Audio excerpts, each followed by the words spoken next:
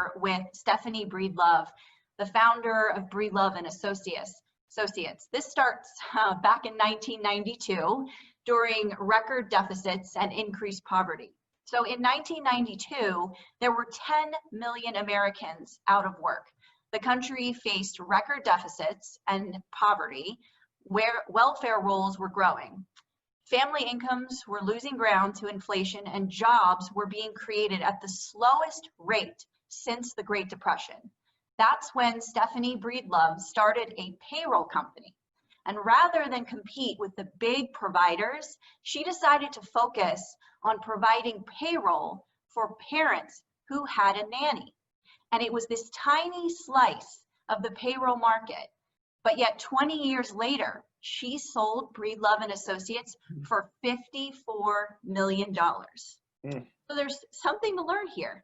You know, to grow, she had the choice. She could either sell more to her existing customers, i.e. busy couples that often need lawn care or house cleaning or grocery delivery services, or she could stick to her niche of paying nannies. Most consultants and experts would say it's easier to sell more to existing customers, and they're right, but it doesn't make your business more valuable.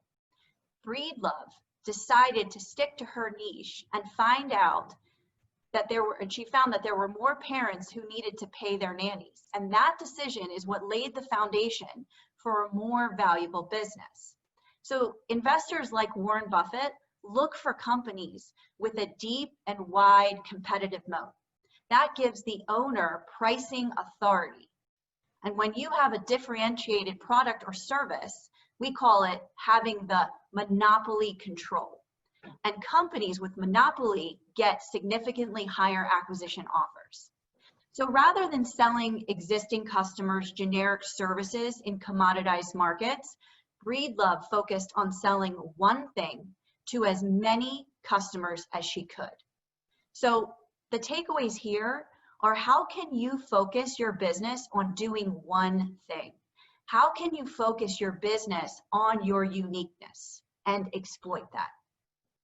That's the takeaways here from Stephanie Breedlove and this specific case study example. Communicate what we do at Foresight CFO. So we basically use the numbers to help CEOs do the things on the screen, you know, win more customers, keep the ones they have access to capital. So that, you know, the big story.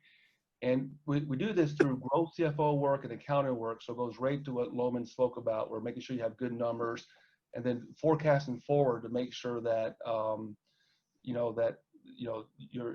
how much cash do you really need? What are you going to use it for? And then have a mechanism, you know, like a scoreboard, using those monthly financials every month to make sure that we're getting the results that we expect from the funds that we receive.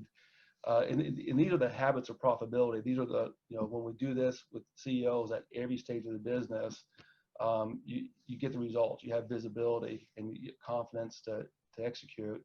And we do it from, you know, we go beyond what an individual CFO can do, because, you know, literally, I'm limited by my own 30 years of experience. That when I have a true team of CFOs, where there's 2 or 3 CFOs who are making sure that we never get comfortable, that we never get into that status quo mindset. We're always in 90-day sprints pushing, you know, taking that next step. That's the benefit of a true team of CFOs that can beat an individual CFO any day of the week. And we do it in a way where you stick our necks out, right? There's an investment for growth CFO services that we're accountable to deliver, you know, increase profitability, accelerate cash, and maximize the value of your business. So